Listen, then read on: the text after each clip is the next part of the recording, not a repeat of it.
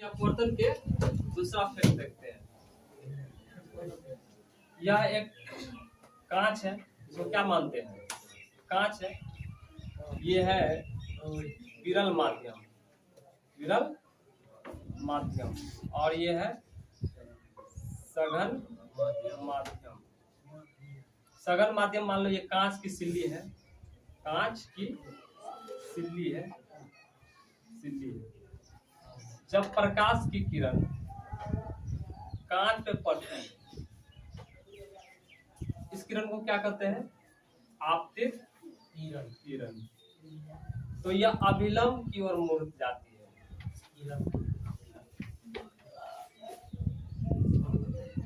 सीधा कहने खींचा जा रहा है। ये अभिलंब है, ठीक है। कोण में थोड़ा सा डिफरेंस लग रहा होगा।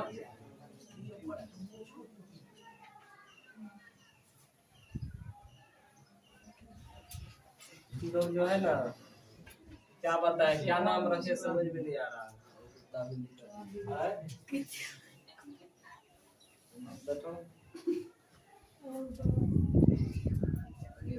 बढ़िया है, रोक देगा सर। कबीर जयंती है,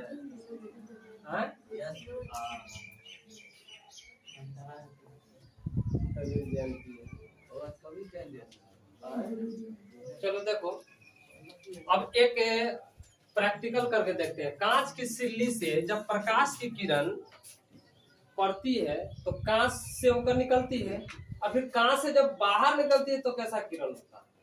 वो किस अभिलंब से ओर चलती है या अभिलंब से दूर होती है? इसमें बहुत सारा ऑब्जेक्टिव क्वेश्चन होगा।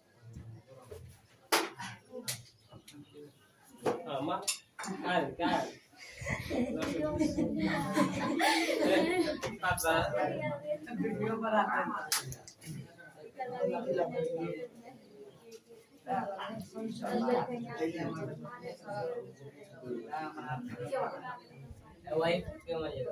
खान सर ना मोटका डंडा लेके रहते हैं, पढ़ाते हैं।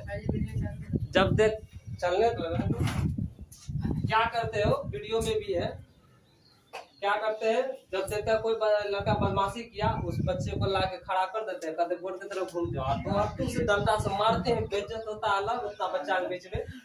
अब उसको देखा देख कम से कम शांत हो जाता है। फिर एक घंटा के बाद फिर बच्चा सब जानते हैं ना, बर्दाश्त नहीं होता है। फिर बर्दाश्त करते करते करते फिर किसी को पकड़ के लाते हैं, फिर मोटका डंडा रहता है अल्युमिनियम का, देते हैं 3-4 डंडा उसको। वही तुम लोग खोजते हो। वीडियो में बना के जब पिटिया देंगे ना, अब वीडियो वायरल करेंगे, हाँ इधर वो कैसे मार खा रहा है, बेइज्जती हो गया, तब समझ जाएगा। अब ऐसे ही करेंगे। हाँ तो हो गया, तो हो गया, और क्या है, काम कमा लेगा सर। हाँ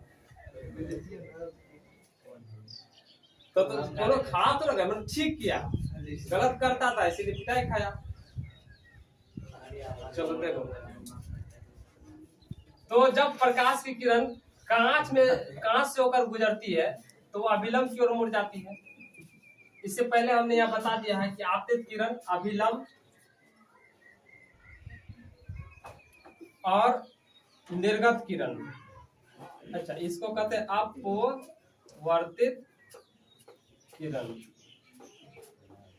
जब कांच से बाहर निकलती है तो क्या होता है?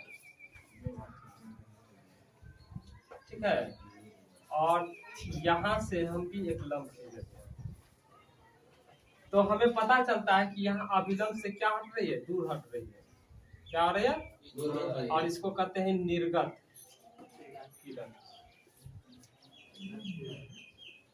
निर्गत किरण। जब प्रकाश की किरण किसी कांच में पड़ती है और कांच से होकर गुजरती है तो अभिलंब की ओर मुड़ जाती है, और फिर जब कांच से बाहर निकलती है तो फिर वह उसी रफ्तार से चले, क्योंकि देखो बाहर वाला भाग भी क्या है? विरल माध्यम है, विरल माध्यम है। सिर्फ ये भाग क्या है? यही भाग सिर्फ कांच है, सघन माध्यम है। इसके अलावा बाहरी भाग क्या है? सब विरल माध्यम है। जब कांच से प्रकाश निकलते हैं तो फिर वो उसी रफ्तार से चलती है जिस रफ्तार से वो आ रही थी। इस किरण को हम लोग कहते हैं निर्गत किरण। और यह दोनों लंब क्या होगा, एक दूसरे के समांतर होता है, बराबर नहीं होती। ये आई और ये कोण क्या कहलाएगा, आर। उसी प्रकार से यह कोण आर कहलाएगा और यह कोण आई कहलाएगा, ठीक है। और यहाँ पर यह कोण इस कोण के बराबर होगा और यह कोण इस कोण के बराबर होगा, यानी कोण आई बराबर कोण आई और कोण आर बराबर कोण आर। कर दो। लंबवत किरण पड़ती है तो क्या होता है, इससे पहले दर्पण में बताए थे, इस समतल दर्पण पर जब कोई लंबवत किरण पड़ती है तो उसी पर से वापस उड़ जाती है। लेकिन लेंस में क्या होगा, जब लंबवत किरण पड़ेगी,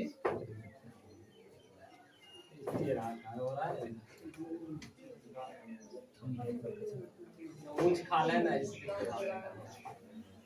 वो सीधा निकल जाएगी। क्या होगा, बिना मुड़े वो सीधा निकल जाती है। यानी कांच पर अगर कोई सीधा किरण पड़े तो भेद करते हुए सीधा निकलेगी, मुड़ेगी नहीं। लेकिन जैसे ही तिरछा करेंगे तो क्या होगा, मान लो अगर इधर से करेंगे तो इधर आ जाएगा और फिर निकलने के बाद फिर इसी दिशा में चला जाता है। दूसरा, पार्श्विक विस्थापन किसे कहते हैं, क्या है, पार्श्विक विस्थापन। पार्श्विक विस्थापन, पार्श्विक विस्थापन क्वेश्चन पूछा जाता है। पार्श्विक विस्थापन से आप क्या समझते हैं, चित्र द्वारा समझाइए।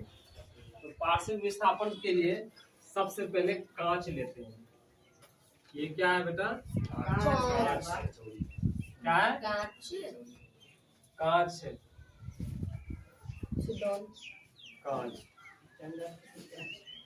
देखो ये क्या है बेटा, कौन सा किरण, आपतित किरण।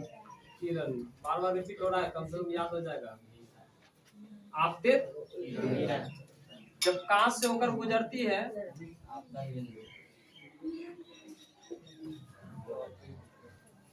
अभिलंब की ओर मुड़ती है, क्या होती है, इसको सीधा और थोड़ा सा टेढ़ा कर देते हैं। क्या लग रहा है, लगभग सीधा कर दिए।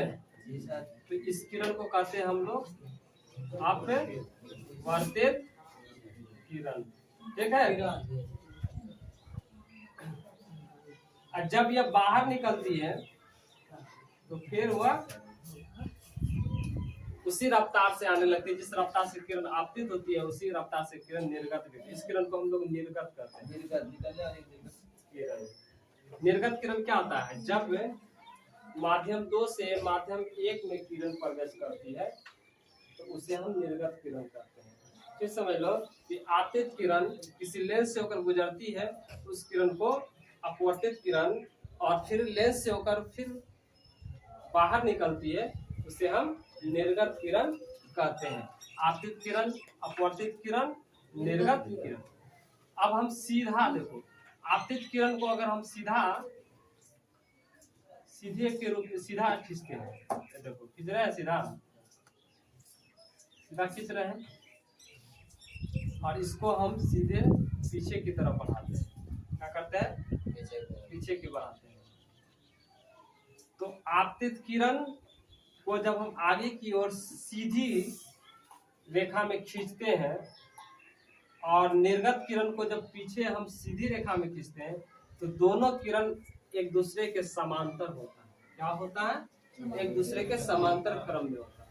और इन्हीं दोनों किरण के बीच की दूरी को पार्श्विक विस्थापन कहते हैं। क्या कहते हैं, पार्श्विक विस्थापन कहते हैं। इसी को हम लोग पार्श्विक विस्थापन